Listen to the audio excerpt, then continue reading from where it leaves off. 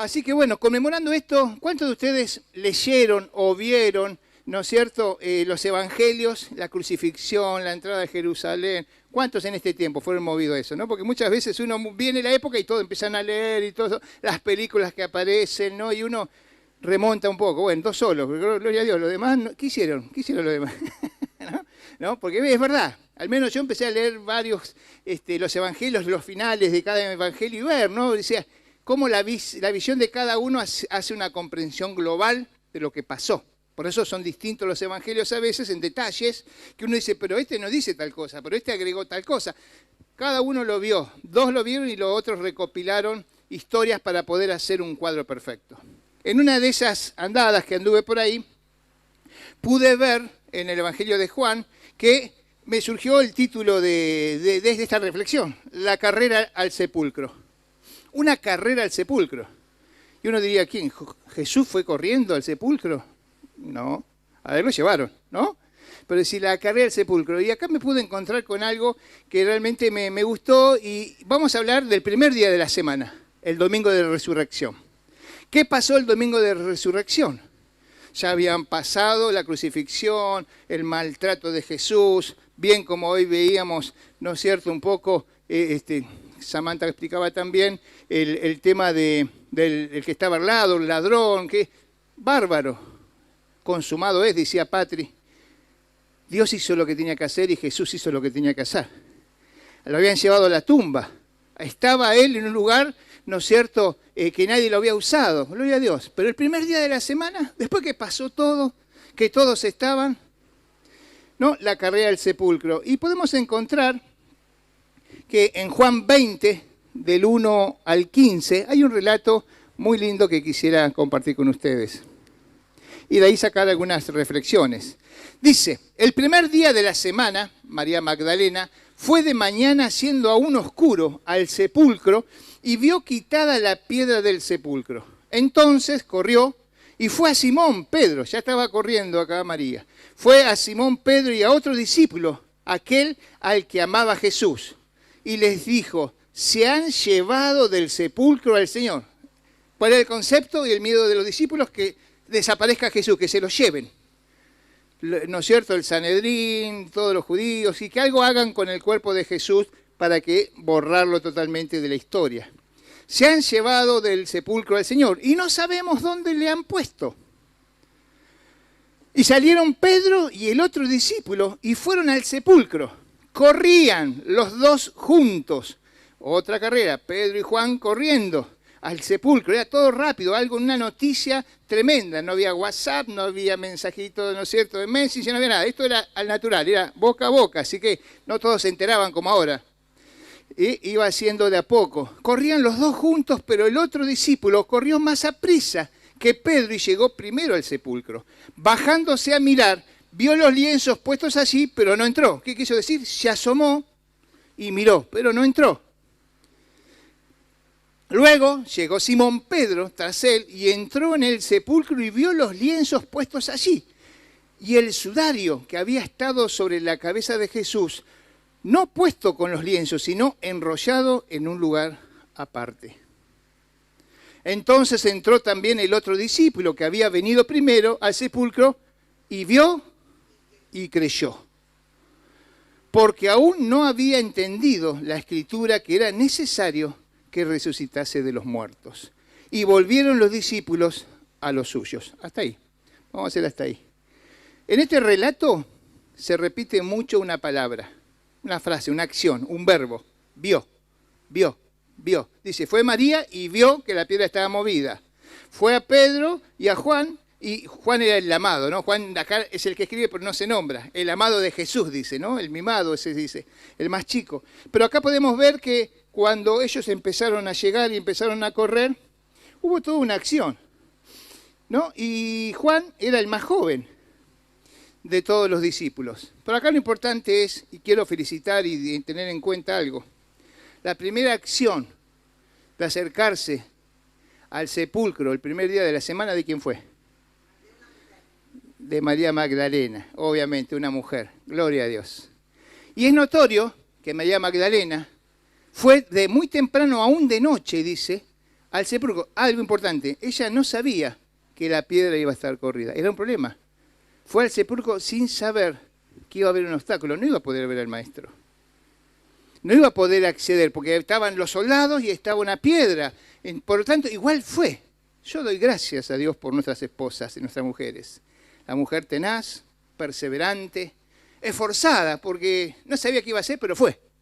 Y muchas veces así actúa en nuestra casa, en nuestro medio, en la vida social. Por eso tienen tanto protagonismo, ¿no? Y doy gracias porque cuando tienen al Señor, se multiplica todo eso para bien. Gloria a Dios, ¿no? Por nuestras esposas, las que están en casa también, que seguramente están mirando y están cocinando, atendiendo, pero están mirando. Es así, el hombre por ahí se distrae en otras cosas, pero la mujer siempre está. Por eso en la iglesia, casi el 60, el 70% de la iglesia son mujeres la mayoría, más que los varones. Pero damos gracias a Dios por su esfuerzo, la felicito. Acá, María Magdalena nunca pasó desapercibida, siempre está en la palabra por algún motivo. Sabemos de dónde salió, sabemos lo que Jesús hizo, pero ella estaba agradecida. Y ahí me vino un proverbio 8:17, porque esto tiene también una acción, la que ya tiene una reacción de parte del Señor. Proverbios 8:17, fue a la tumba temprano. La primera, se preparó y fue. Yo amo a los que me aman y me hallan los que temprano me buscan. Hermoso pasaje.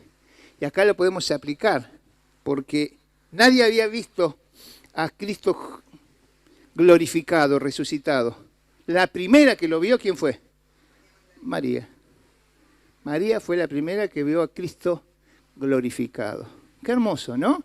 La acción. Porque Jesús ama a los que le aman y a los que lo buscan de temprano, lo hallan. Qué importante buscarlo al Señor de temprano y tener esa actitud de tener ese encuentro con Él. A pesar de que ella iba a un encuentro sin saber que iba a ser el Cristo resucitado, glorificado, porque hasta los discípulos y los que estaban a su alrededor no entendían lo que estaba pasando, no entendían, como muchos de nosotros acá tal vez. No entendemos que Él nos ama de tal manera que quiere manifestar su gloria, su sanidad, su santidad. Y aún estamos atados a cosas terrenales, preconceptos, rabietas, excusas, pero estamos acá. En algún momento de tu vida va a ser un clic y te vas a dar cuenta con quién estás tratando, con un Cristo glorificado, con un Dios bueno, que Él prepara todas las cosas para que vos puedas vivir integral y enteramente sano, libre, fuerte, para la gloria de Dios. No entendemos todavía muchas cosas, pero el Señor sí quiere darse a conocer. Por eso fue la primera que vio a Cristo resucitado, ¿no? Qué lindo el poder, ¿tenemos la imagen? De ahí, ¿no? Y poder decir esto, porque es verdad. Después vamos a hablar de ella desde el 11 al 15, pero entendemos acá también, en la otra placa, Juan 20, del 3 al 4, y preste atención a la palabra vio, cómo se repite. Y salieron Pedro y el otro discípulo y fueron al sepulcro. Corrían los dos juntos, pero el otro discípulo corrió más a prisa que Pedro y llegó primero. ¿Por qué? Es lo mismo que yo me ponga a correr al lado de Joel, al lado de Juancito, ¿no? Estoy mirando a algunos que están en forma, ¿no? Que es lo que, ¿no? Obviamente, vamos a correr juntos, pero en algún momento me van a pasar. ¿Por qué? No porque esté más gordito, no es eso. Sino porque son más jóvenes, 20 años más jóvenes. Es como a veces los muchachos van a jugar al fútbol, ¿no? Y van y casado contra soltero. Imagínense lo que pasa. Los casados todos quebrados, ¿no? Todos cansados, y los chicos como pueden jugar otro partido tranquilamente. Hay una realidad física. Entonces Juan lo pasó a Pedro, ¿no es cierto?, como un rayo. Pero qué importante la madurez. Acá entramos nosotros, las personas mayores, nos necesitamos. Por eso en la iglesia hay algo integral. Damos gracias por los jóvenes, pero también por las personas maduras. Se necesitan para poder ser una iglesia viva, equilibrada y que pueda avanzar en el reino. Dice la palabra que ellos corrían, y los dos, y llegó primero Juan al sepulcro. El 5 y el 6. ¿Lo tenemos? El que sigue después de esto. Bien, Juan llegó primero, está bien, la estoy confundiendo acá a la amiga Rosita. Juan llegó primero, ¿no? Y podemos ver que es así. cuando se acerca Juan, dice la palabra que asomándose, vio los lienzos dispuestos ahí, pero no entró. La palabra vio. Él se asomó, era una cueva, por lo tanto se acercó a la escalera, se agachó y vio.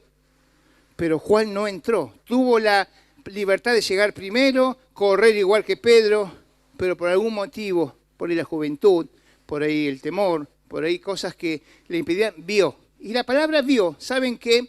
Vamos a hacer después un ejemplo, cuando podemos decir nosotros, yo vi, vimos. En el castellano es muy escaso en la riqueza del vocabulario, como el amor. El amor en griego tiene 3 acepciones.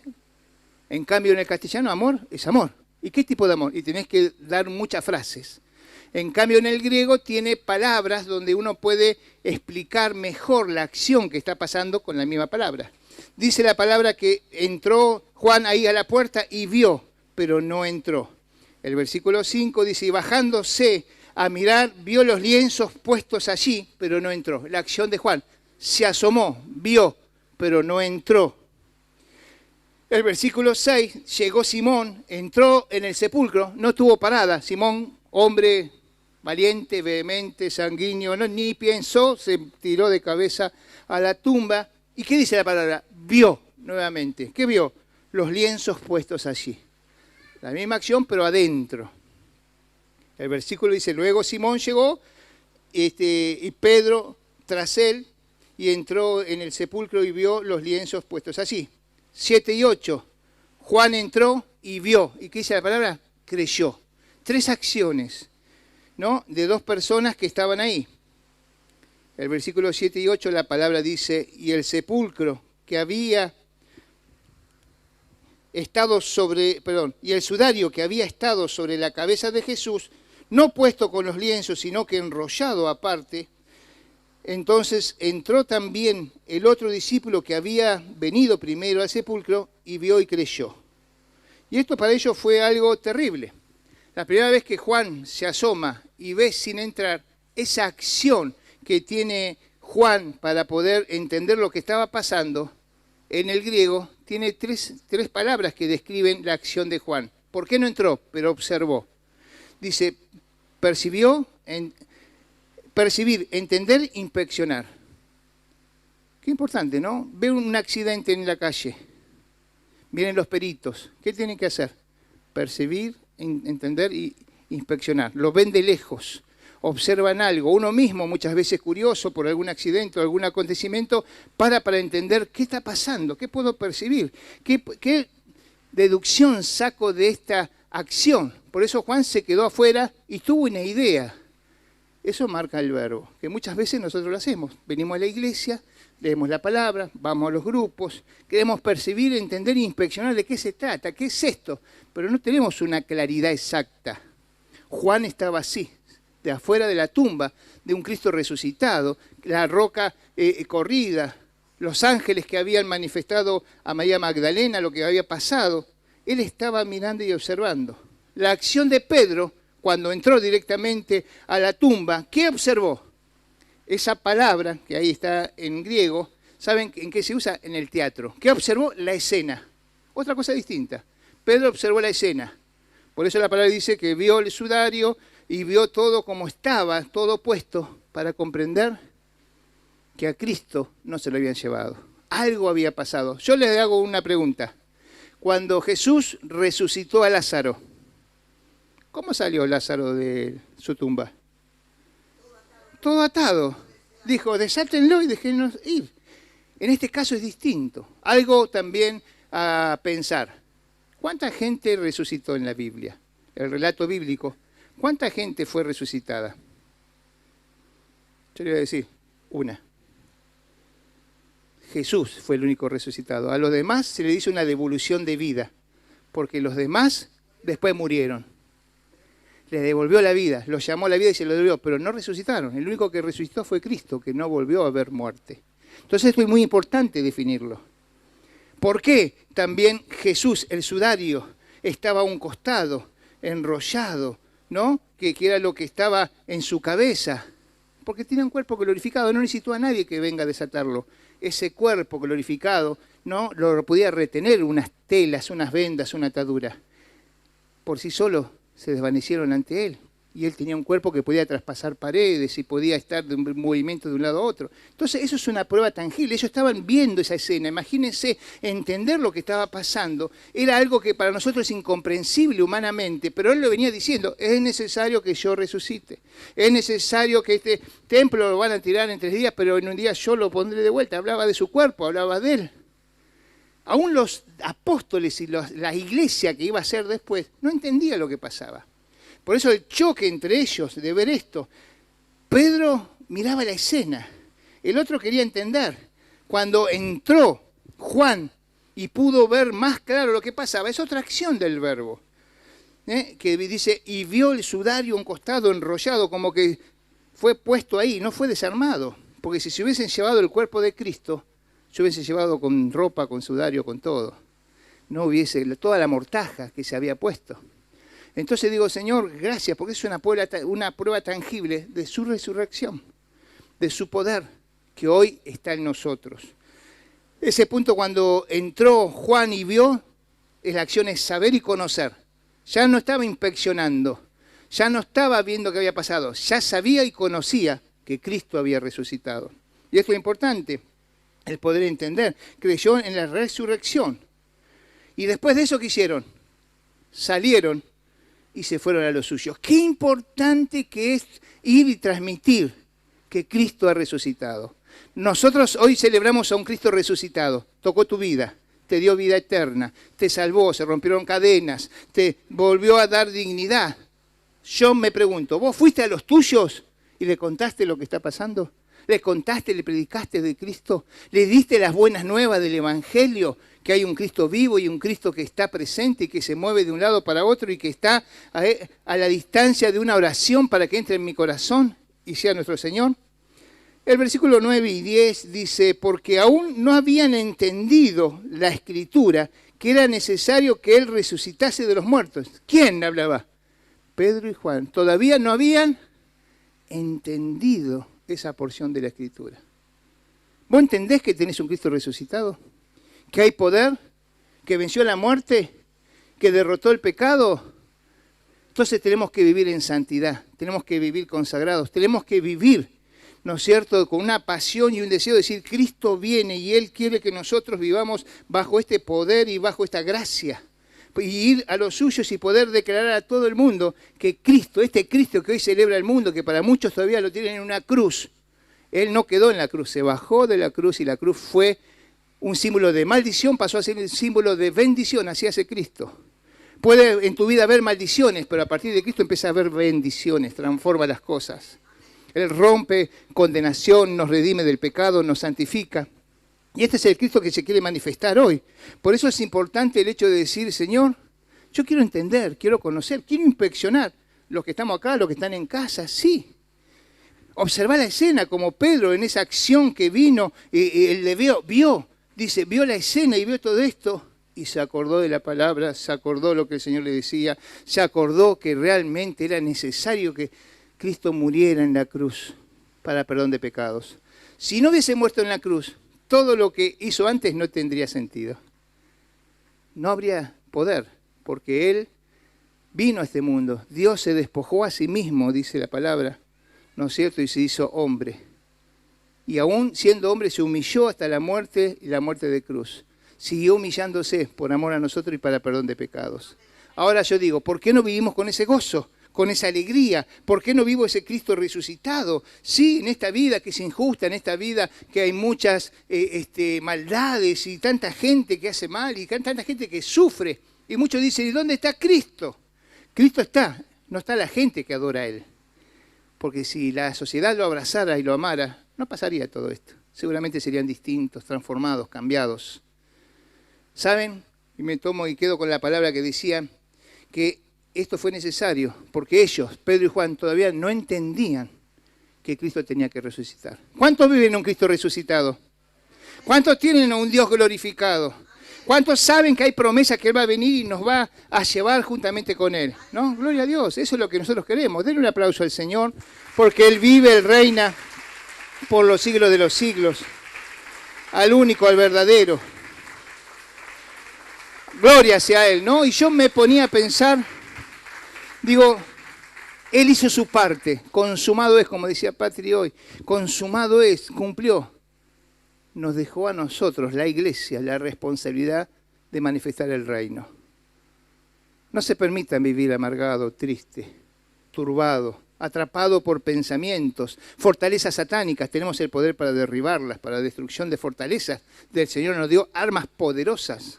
Obviamente le vamos a hacer frente. Ellos estaban pasando un tiempo terrible. Me robaron a Cristo, me robaron a Jesús. María Magdalena dice, ¿a dónde se lo llevaron? Todavía la iglesia no entendía el tiempo espiritual que estaban viviendo y pasando. Me preguntan, ¿vos lo entendés? ¿Sabés que son tiempos violentos, cortos? Viví como Él vivió. Hacé lo que Él hizo. Declará lo que Él declaró. Tener la esperanza, los ojos puestos en los cielos, que es autor y consumador de la fe. No vivamos como gente derrotada, como gente que no tiene recursos, como personas que están oprimidas. No, Él nos dio mucho más de esto. Nos dio poder para vivir con gozo, aún en plena enfermedad y necesidad material. Él con gozo, con alegría, porque Cristo vive y Él va a hacerse cargo de mi vida. Y estar terminando el versículo del 11 al 15, vemos la acción de María Magdalena. Bien que la levantamos, dijimos, mirá vos, qué bien. Fue esforzada, valiente, nuestras mujeres, representando a esto. No importaba la piedra, algo iba a pasar. Tenía la fe para encontrarse con un Cristo muerto, según ella. ¿Cómo se encontró con un Cristo resucitado? Pasó toda esta escena, Pedro y Juan y se fueron. ¿Pero quién se quedó? María. María se quedó ahí. No entendía. Lloraba. El versículo del 11 al 15, ¿qué relata? Que María no lo conocía. La incredulidad nos ciega y no nos deja ver. Ella se encontró con una escena poderosa, dice la palabra. Pero María estaba afuera, llorando, junto al sepulcro, y mientras lloraba, se inclinó para mirar dentro del sepulcro. Y vio, de vuelta a la acción, vio. ¿Qué vio María? 2 ángeles con vestiduras blancas que estaban sentadas, el uno a la cabecera y el otro a los pies, donde el cuerpo de Jesús había sido puesto. No fue conmovida por ver 2 ángeles. No le llamó la atención eso.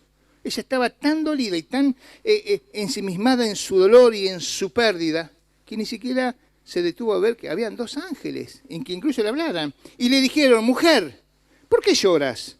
Le dijo, porque se han llevado a mi Señor y no sé dónde lo han puesto.